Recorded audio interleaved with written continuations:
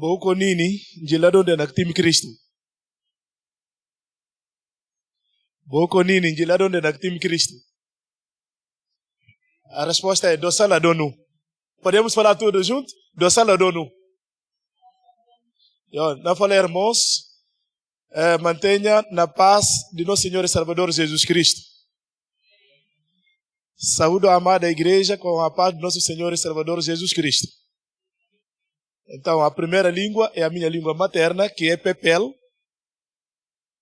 A segunda é o crioulo, que é a língua intermediária entre as línguas, diferentes línguas que tem lá na Guiné-Bissau, e o português, que é a língua de vocês, que eu estou aprendendo até hoje.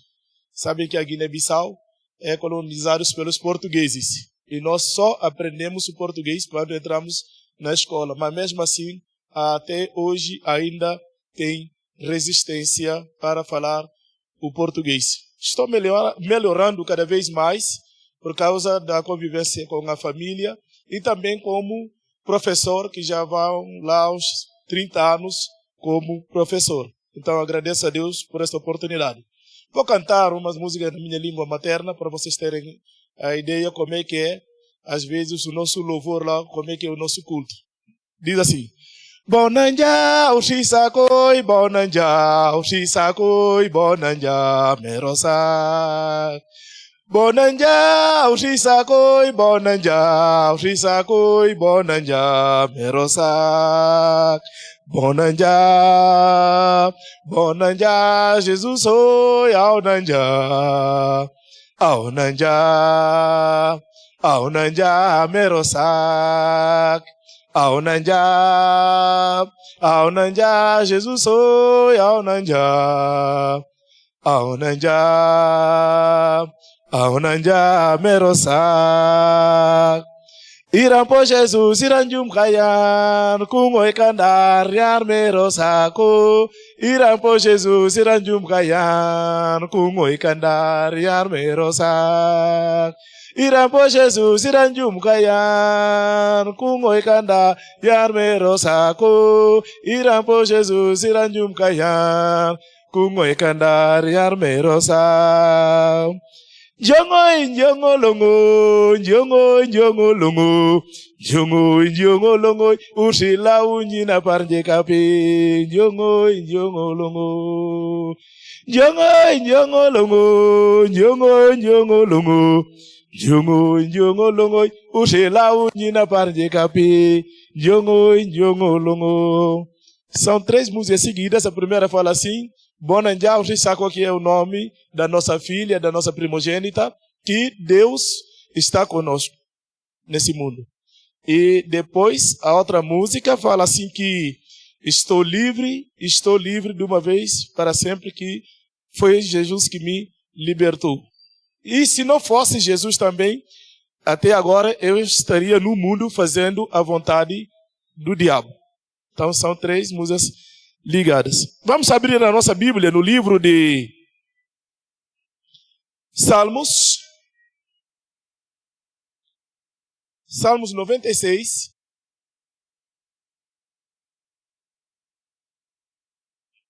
Salmos 96.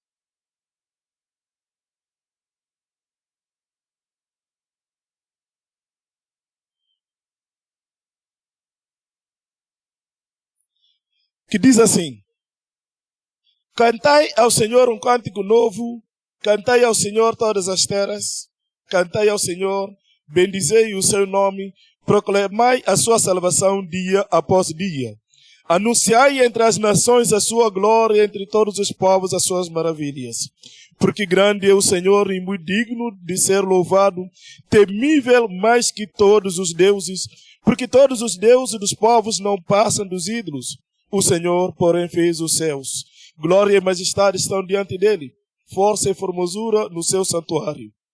Tributai ao Senhor, ó família dos povos. Tributai ao Senhor glória e força. Tributai ao Senhor a glória devida ao seu nome. Trazei oferendas e entrai nos seus átrios. Adorai ao Senhor na beleza da sua santidade. Tremei diante dele todas as terras. Dizei entre as nações: Reina o Senhor. Ele firmou o mundo para que não se abale e julga os povos com equidade. Alegrem-se os céus e a terra exulte, ruja o mar e a sua plenitude, fulgue o campo e tudo que nele há. Regozijem-se todas as árvores do bosque na presença do Senhor, porque vem julgar a terra, julgará o mundo com justiça e os povos consoante a sua fidelidade. Graças a Deus estou aqui hoje. Estou fazendo a obra do Senhor lá na Guiné-Bissau, mas há uns 30 anos atrás eu era resistente ao Evangelho, não gostava dos crentes. Para mim eram preguiçosos, eram malandros, eram pessoas que não gostavam de trabalhar, por isso que toda hora vou para a igreja, todo momento vou para a igreja, que a vida toda era igreja. Então para mim não fazia sentido. E ainda deixando a cultura dos nossos pais, deixando aquelas cerimônias, seguindo a Cristo, porque nós nascemos ouvindo de que o cristianismo é a religião dos brancos, o islamismo é a religião dos árabes e o judaísmo a religião dos judeus e o animismo que é a nossa religião. Então, todos esses caminhos levam para os céus, levam para o Senhor. Por isso que quando morre uma pessoa lá na África, na minha etnia, quase todas as etnias, o que acontece? Faz a prática de cerimônias de sacrificar os animais. O sangue é para perdão dos pecados e os animais depois comem os animais que foram sacrificados. Mas tem que sacrificar os animais para que a alma daquela pessoa que morreu fosse para os céus, para ser livre. Então, é isso que nós aprendemos. Graças a Deus, estou aqui hoje pela misericórdia do Senhor. Conheci o pastor Everton em 2009, 2010. 2010, quando nós estávamos preparando para passar para a APMT, a minha esposa veio, foi o momento que eles se conheceram, e eu fiquei lá, porque estava na outra missão, trabalhando. Fui eleito presbítero lá, depois passei a pastorear a igreja, e trabalhamos com a implantação da igreja na outra missão. E daí, quando nós fomos convidados para começar uma igreja presbiteriana lá em Bissau, daí a minha esposa veio para poder fazer todo aquele processo com a APMT, e eu fiquei com os nossos filhos. Foi um pouco arriscado, porque foram 4 meses e 15 dias os meus filhos. Quando a gente fala assim, 4 meses, eles falam assim, não, mãe, 4 meses e 15 dias. Mas, graças a Deus, hoje estamos com esse trabalho na Guiné-Bissau.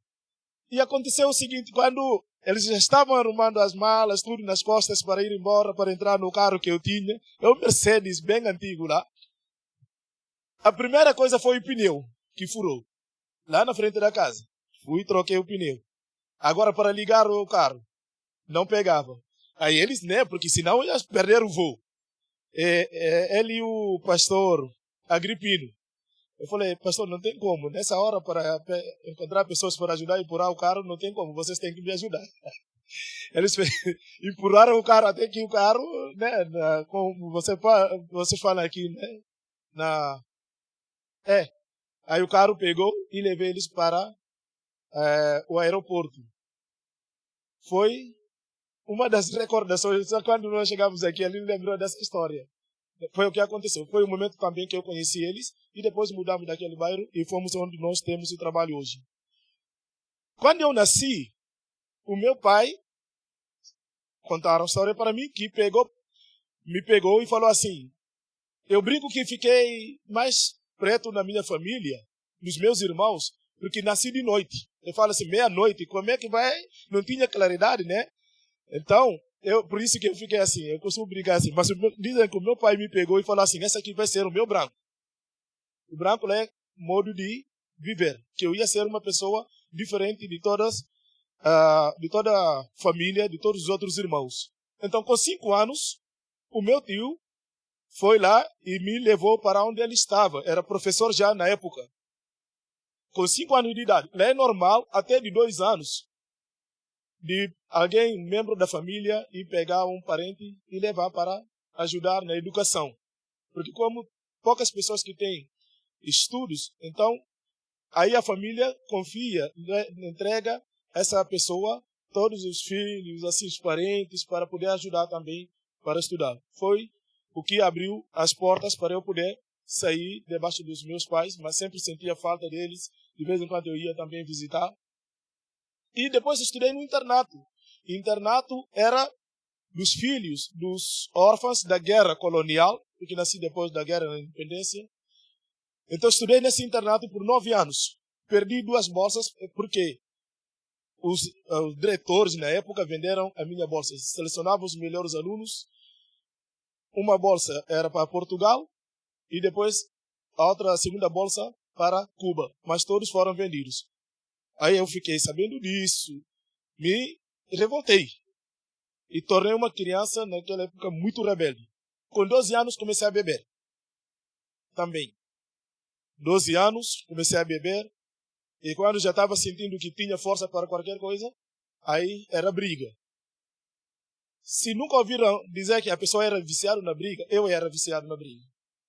Gostava de mostrar que eu tinha capacidade, eu tinha força e podia resolver com as minhas próprias mãos. Não esperava de outra forma fazer a justiça na boa. Não, eu já ia e resolvia com as minhas próprias mãos. Apanhando ou batendo na pessoa, o problema era brigar mesmo. Passei por várias situações que eu poderia ter morrido. Fui preso 2 vezes, mas depois pude entender as mãos de Deus naquelas situações. Mas foi depois da minha conversão. Fui fazer pacto, falei para o meu irmão que precisava fazer pacto com o demônio. Porque eles falavam tanto dos demônios lá, do poder e tudo. Eu falei, então vamos. Fui com o meu irmão. Depois, quando nós saímos daquele encontro lá com o demônio, na verdade eu não cheguei de ver. No caminho, eu já pensava que ele ia sair do lugar onde estava, oculto, para sentar e a gente poder conversar, bater um papo lá. Mas não aconteceu. Falamos, conversamos, desconversamos e tudo. Aí no caminho, meu irmão falou assim, então nós vamos matar um galo para ver se tudo aquilo que nós conversamos vai acontecer ou não. Aí veio uma coisa na minha cabeça. Em vez de matar o galo, então é melhor falar com o galo diretamente. Porque como é que o morto pode falar com o vivo? Eu falei para o meu irmão, não, a gente não precisa matar o galo. É melhor falar com o galo. Talvez ele pode nos ajudar. Porque se matar, como é que nós vamos saber se aquilo é real ou não? Mas na cabeça deles, tinha como isso acontecer. Aí o meu irmão riu somente e falou assim, então vamos deixar mesmo. Deixamos. Quando eu voltei para a capital onde eu estava, foi a pior coisa que eu fiz de fazer aquele pacto. Foi o pior momento que eu passei por várias situações que falam assim, pelo vale da sombra da morte mesmo. E também levei muitas pessoas naquela situação, por causa das brigas. Porque andava com faca, só que a última briga que eu fiz, se eu tivesse a minha faca mesmo, porque eu sempre molava a faca que dava para cortar cabelo. Porque eu já andava preparado para isso. Deus ajudou, Deus livrou que não ficar depois com a consciência que já teria a vida de alguém. Mas era uma coisa que eu, na verdade, queria fazer. Eu falava para os meus amigos, eu vou ser matador. Ele diz assim, não, Beto, para com isso, o que é? Ser matador, o quê? Eu diz assim, não, eu vou derramar sangue, não posso ficar assim. Aí quando eu matava os animais, que era comum lá, quando tinha uma coisa assim para sacrificar os animais, eu já passava na frente. Porque tinha uma outra intenção. Pegava a faca, quando cortava a garganta ali do bicho, bebia um pouquinho de sangue. Isso tudo para poder ganhar coragem. Naquele dia, eu não estava com a minha faca. A faca do próprio rapaz, que era um canivete, que eu cortei o corpo dele todinho, assim, levou uns 18 pontos.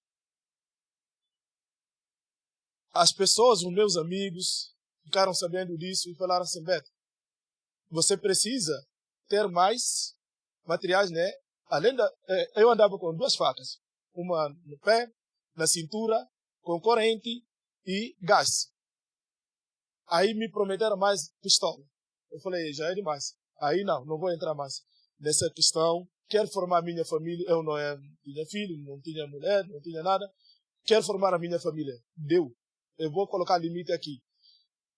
Pensei, em vez das pessoas me ajudarem a sair, estavam trazendo mais problemas para mim. Eu falei, não vou fazer isso.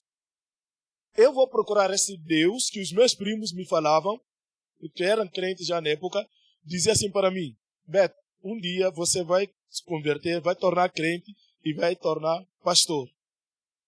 Isso para mim na época era ofensa. Mas, quando aconteceu esse problema, eu fui para a aldeia onde eles estavam e chamei o meu primo e falei assim, acho que vou seguir este caminho que vocês falam, este Deus que vocês sempre falam. Quero experimentar, porque a vida que eu estou levando está cada vez mais pior. Quase que tirei a vida de uma pessoa lá em Bissau. Aí falaram assim, não tem problema, depois a gente vai na igreja. Foi num domingo, nós fomos na igreja. O pastor pregando, olhando para mim, onde eu estava sentado, no livro de Coríntios, só que não lembro bem o capítulo. Mas falava assim, na minha direção, olhando para mim, quase alguém passou a mensagem, ou a minha história para ele. Eu falei, mas o que é isso? Aí quando fez o apelo, quem queria naquela noite tomar a sua decisão, aí o meu primo me cutucando para poder levantar a mão para fazer a oração. Eu falei, não, porque eu estava muito chateado com ele. Pensei que foi ele que foi falar para o pastor. Eu falei, olha só, nem dei recado para ele, já foi falar tudo da minha vida para o pastor. Fiquei muito chateado com ele. Aí naquele dia não tomei essa decisão. No caminho eu perguntei, ele falou, não, é o Espírito Santo que revela as coisas para os pastores. Eu falei, o que é Espírito Santo? Eu não sabia do Espírito Santo nada.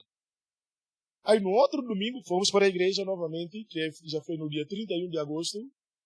Aí era outro pregador e falava quase a mensagem. Era igual e olhando para mim, eu falei, então agora eu posso tomar a decisão. É de Deus mesmo. Foi o momento que eu tomei a decisão de seguir a Cristo. E quando nós saímos, o meu primo me aconselhando, falando comigo, porque foi o primeiro que converteu na família, o mais velho também. Eu ouvi uma voz que dizia assim para mim, Beto, a partir de hoje é só para frente. Para trás você não volta mais. E quando eu virava para trás, era tudo escuro. E para frente, tinha umas coisas assim, admiráveis, né? As folhas das plantas, o próprio caminho, que eu já era acostumado a andar de dia, de noite, tudo brilhava.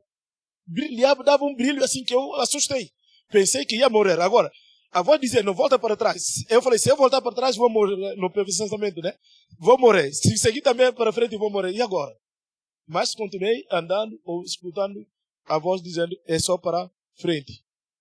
Falei, então tá bom. Aí ganhei coragem. Depois, parei de ouvir a voz. O meu primo continuou conversando. Quando nós chegamos em casa, contei a experiência. E no mesmo dia já fui com eles para a evangelização. E comecei a ler a Bíblia. E o livro de Atos me chamou a atenção pelo trabalho missionário. Eu comecei a sentir aquele desejo de trabalhar e dizer assim, Deus, eu quero ser igual a esses homens que o Senhor usou assim poderosamente para transformar vidas. Eu quero servir ao Senhor. Quero servir ao Senhor. Já que o Senhor disse que não vou voltar para trás, então eu quero te servir. Me use como esses missionários. E daí comecei a orar também para que Deus possa me dar uma pessoa com a mesma visão. Tinha muitas mulheres na igreja, muitas moças na igreja naquela época. Mas eu dizia assim, a pessoa que tem o chamado. Porque não quero uma pessoa que não tem o mesmo chamado comigo. Imagina eu lá no campo fazendo a obra e a pessoa não quer ajudar. Até que anos depois, quase 2 anos, 3, que eu conheci a Cecília. E ficamos mais 3 anos para depois nos casar, sabendo que é da vontade de Deus.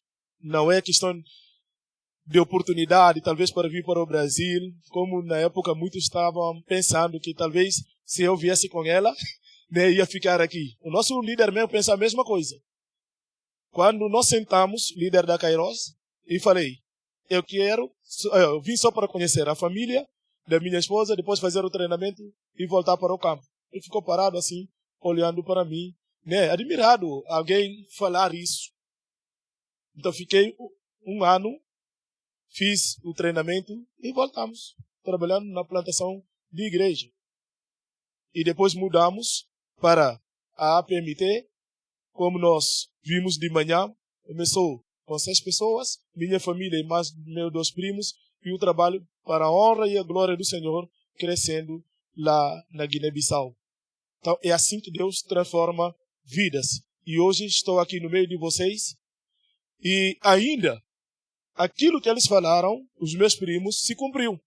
Eu vim a ser o primeiro a ser ordenado na família como pastor e se envolvendo com a obra missionária. Então, tudo isso para a honra e a glória do Senhor. Foi a minha experiência com o Senhor na minha conversão. Como o salmista diz aqui, cantai ao Senhor um cântico novo, cantai ao Senhor todas as terras, cantai ao Senhor, bendizei o seu nome, proclamai a sua salvação dia após dia. Esse salmo foi escrito por Davi. Davi, que nós sabemos que foi o segundo rei de Israel, acreditando eu que, como todas as crianças que estão aqui, como todos nós, o nosso desejo como pais é de ensinar, levar a mensagem, a palavra de Deus para os nossos filhos. Os nomes dos nossos filhos, por exemplo, Bonanjá, foi escolhido dependendo da nossa história.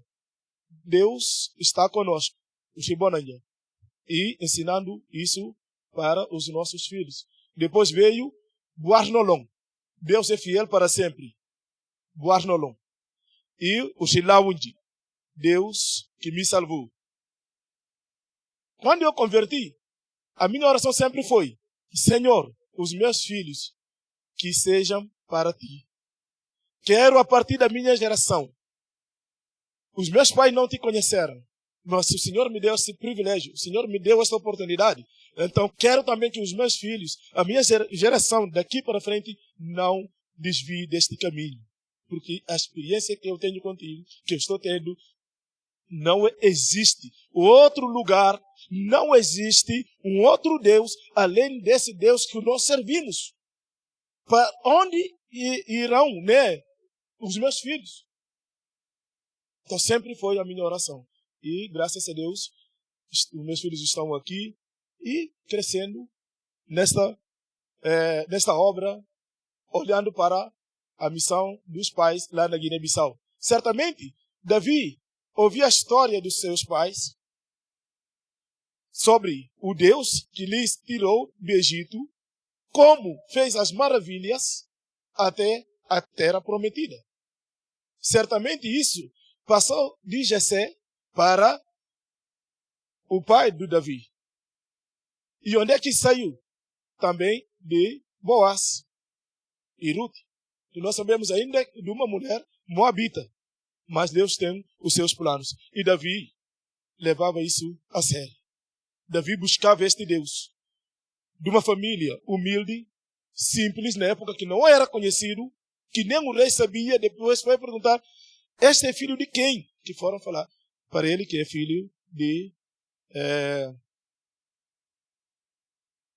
Perdi o nome do pai. Do pai do Davi. Jessé. Filho de Jessé. Então, daí Davi sempre buscava este Deus. Enquanto os irmãos iam lá na guerra, mas não tinham experiência com Deus, Davi já tinha experiência com Deus. Mesmo adolescente, mesmo criança, ele já tinha experiência com Deus. Fez o instrumento para poder louvar a Deus, fez as canções dele para poder louvar a Deus. Desafiou, matou o leão por causa da experiência com Deus, o urso por causa da experiência com Deus. E quando Deus queria fazer ele ser conhecido, aí foi através de Golias, que era um filisteu que achava que era Deus. E os filisteus lhe consideravam também um Deus, além de outros ídolos que eles tinham, que eles adoravam. Então, por isso que eu falo para as crianças, jovens e adolescentes. Confiar em Deus não é perda de tempo. Nem devemos ter vergonha de falar desse nosso Deus. Porque é Ele que vai nos ajudar nos momentos bons e nos momentos mais difíceis da nossa vida. A gente tem ouvido aqui no Brasil de muitos pais, muitas pessoas, de como as crianças chegam num período e falam assim, eu cansei de ir na igreja. E quando entram na universidade, nas escolas, tem medo de ser zombados, de ser chamados, de ser apontados os dedos, de sofrer bullying por causa de ser cristãos. Então começa com questionamento, de ver os colegas fazendo algumas coisas que a Bíblia proíbe. Aí começa aquele questionamento. Por que que eles podem e nós não podemos? A Bíblia nos ensina como devemos andar no meio das pessoas. Sermos diferentes, conhecermos a nossa identidade. E Davi conhecia o seu Deus, aquele que ele servia. E quando fez este hino, lá no capítulo 15 de 1 de Crônicas, a arca estava nas mãos dos filisteus. Davi vai ao encontro dos filisteus, vence os filisteus, leva a arca ao capítulo 16, mostra de que a arca já estava na tenda, quando ele levou a arca. Fez aquela festa, no capítulo 15, ele vai organizando os levitas para poder receber a arca do Senhor. Como preparar todo aquele espaço, aquele momento, porque a presença do Senhor estava no meio deles. Coisa boa. Aí ele fez este hino louvando ao Senhor, lá no capítulo 16, apresentando este salmo para a comunidade israelense naquela época. Ele dançou, tirou as roupas reais, mostrando que o Senhor cresce, que Ele diminui, que Ele, como servo, é para louvar. Aquele momento não era para Ele, mas sim era para o Senhor. Neste salmo nós podemos ver isso. O Charles Spurgeon, ele fala assim que este salmo não é mais um salmo só para a nação de Israel, mas sim deveria ser um hino missionário, porque ele fala para as nações. Nos primeiros versículos ele já faz um convite, um triplo convite ao cantar ao Senhor um cântico novo. As cantigas que eles cantavam, as canções que eles cantavam, como salmo profético, era somente o Deus que tirou o povo lá do Egito e levou para a terra prometida.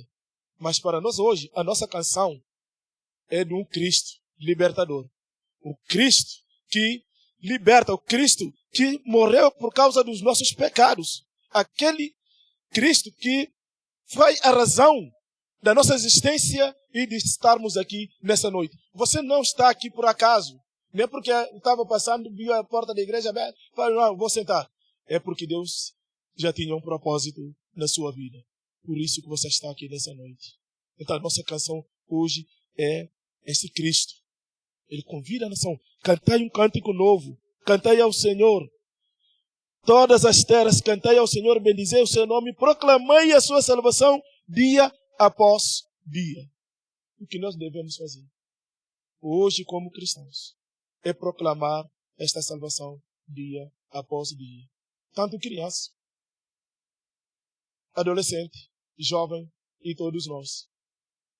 Se nós olharmos para o livro de Pedro, como nós ouvimos nesta manhã também, ontem, a minha esposa falando de 1 de Pedro, capítulo 2, versículo 9, ele fala assim que, porém vós sois raça eleita, sacerdócio real, nação santa, povo da propriedade de Deus, da propriedade exclusiva de Deus, a fim de proclamar-lhes as virtudes daquele que vos chamou do império das trevas para a sua maravilhosa luz.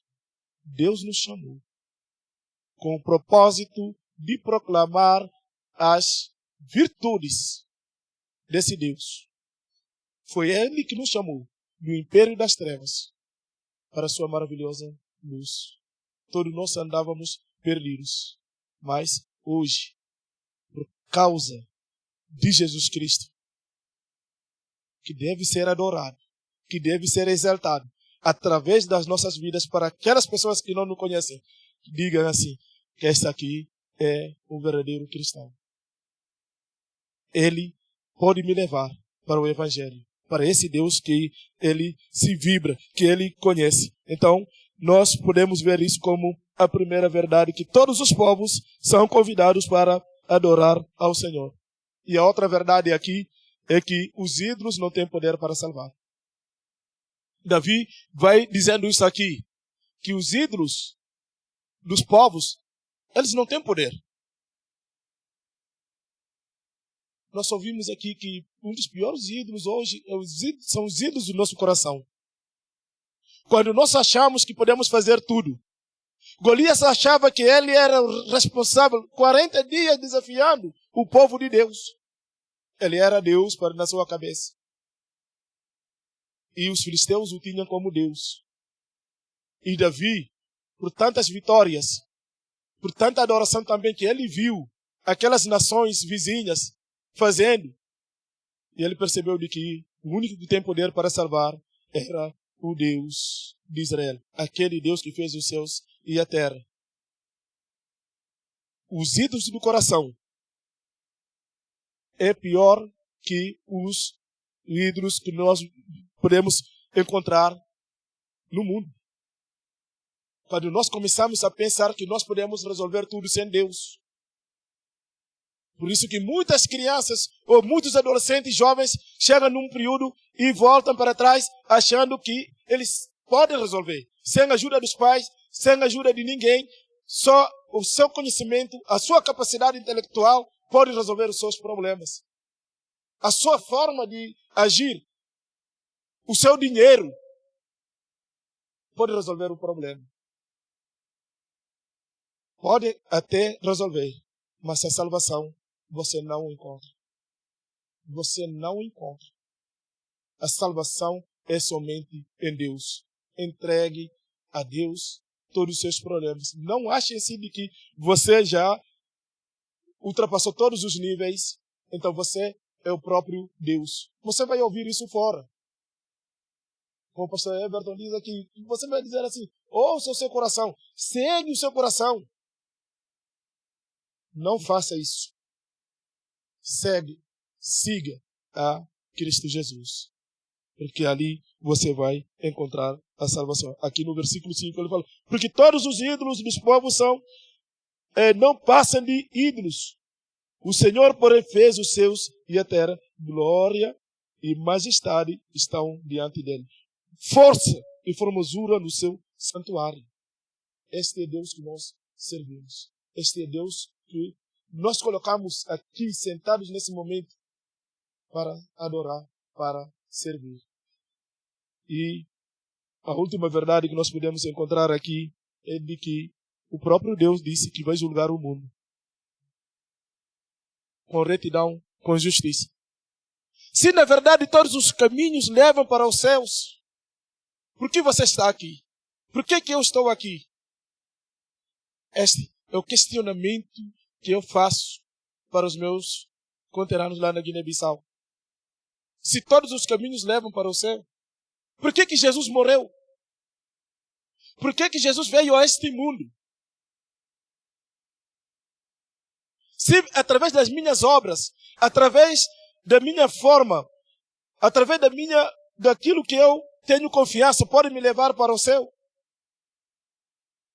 Se todos nós pensamos aqui dessa maneira, a pergunta é, por que Deus então enviou a Cristo?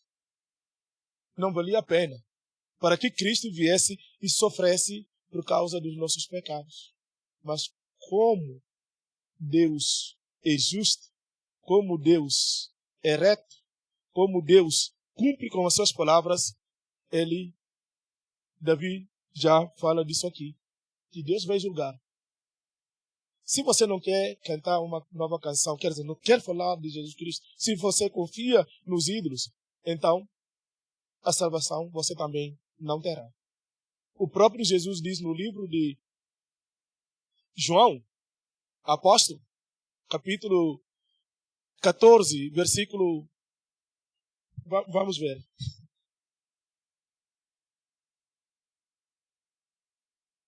Capítulo 14, versículo 6, se não me engano. Eu sou o caminho, a verdade e a vida. Ninguém vem ao Pai senão por mim. Não é isso que a Bíblia nos diz? João 14, versículo 6.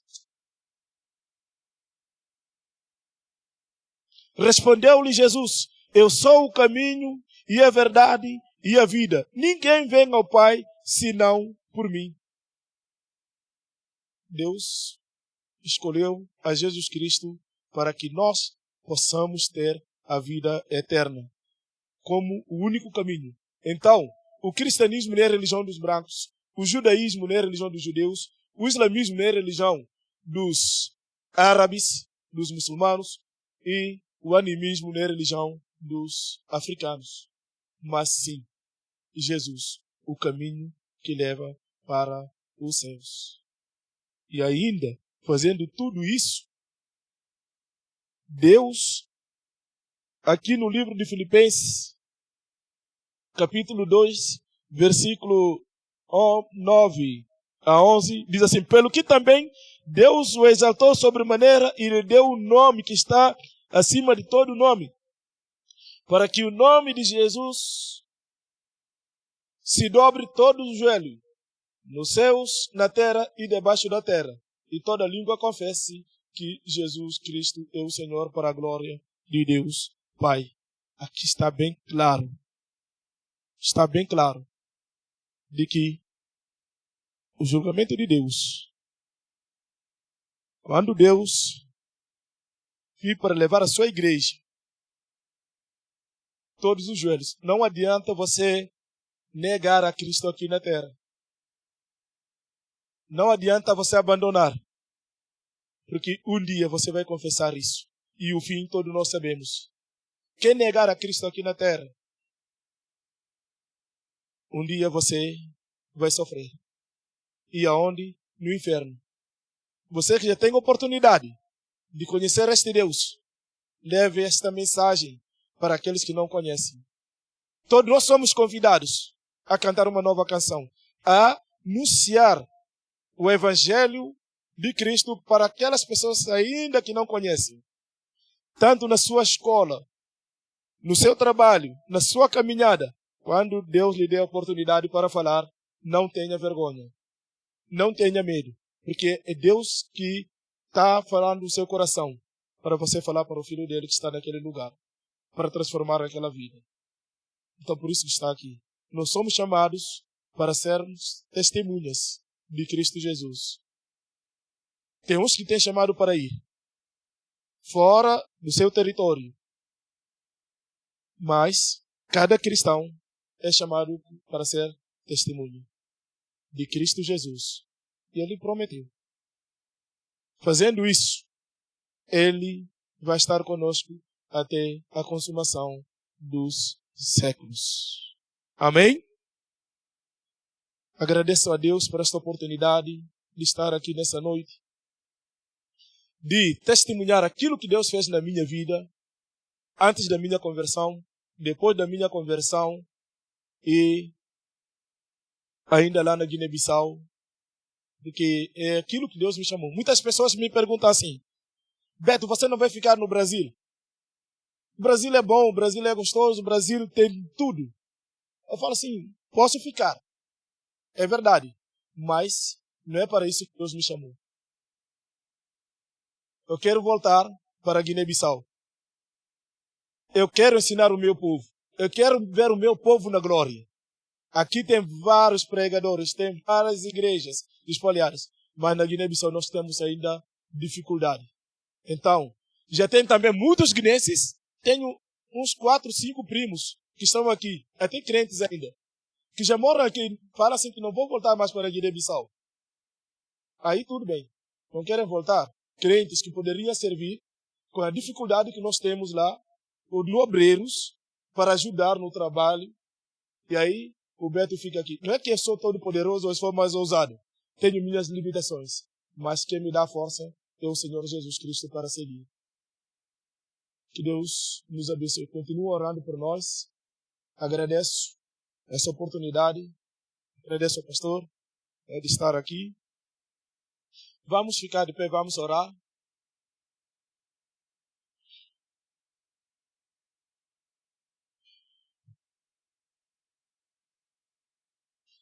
Querido Pai, no nome de Jesus, te agradeço por essa oportunidade de estar aqui, Senhor Deus, neste momento, nesta igreja, passando a experiência do campo para os irmãos.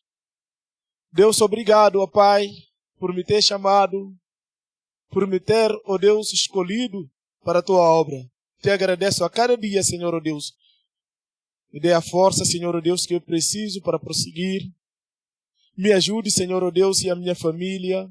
E as igrejas também que incansavelmente oram, apoiam financeiramente, Senhor Pai, o nosso trabalho lá na Guiné-Bissau. Porque se não fossem eles também, ó Deus, o trabalho, ó Deus, íamos ter dificuldade. Mas o Senhor chamou as igrejas fiéis à tua obra para nos ajudar lá em oração e também em termos financeiros, Senhor. No nome de Jesus, abençoa esta igreja, abençoa o pastor, a família, os presbíteros, ó Pai, os diáconos, todos aqueles que sirvam neste local, ó Pai, abençoa a vida de cada um. Proteja, Senhor, ó Deus. Levante mais homens e mulheres para a tua obra, Senhor, ó Pai, para que esta igreja cada vez mais multiplique, Senhor, em termos numéricos, Senhor, ó Deus, e espiritualmente também. No nome de Jesus. Amém.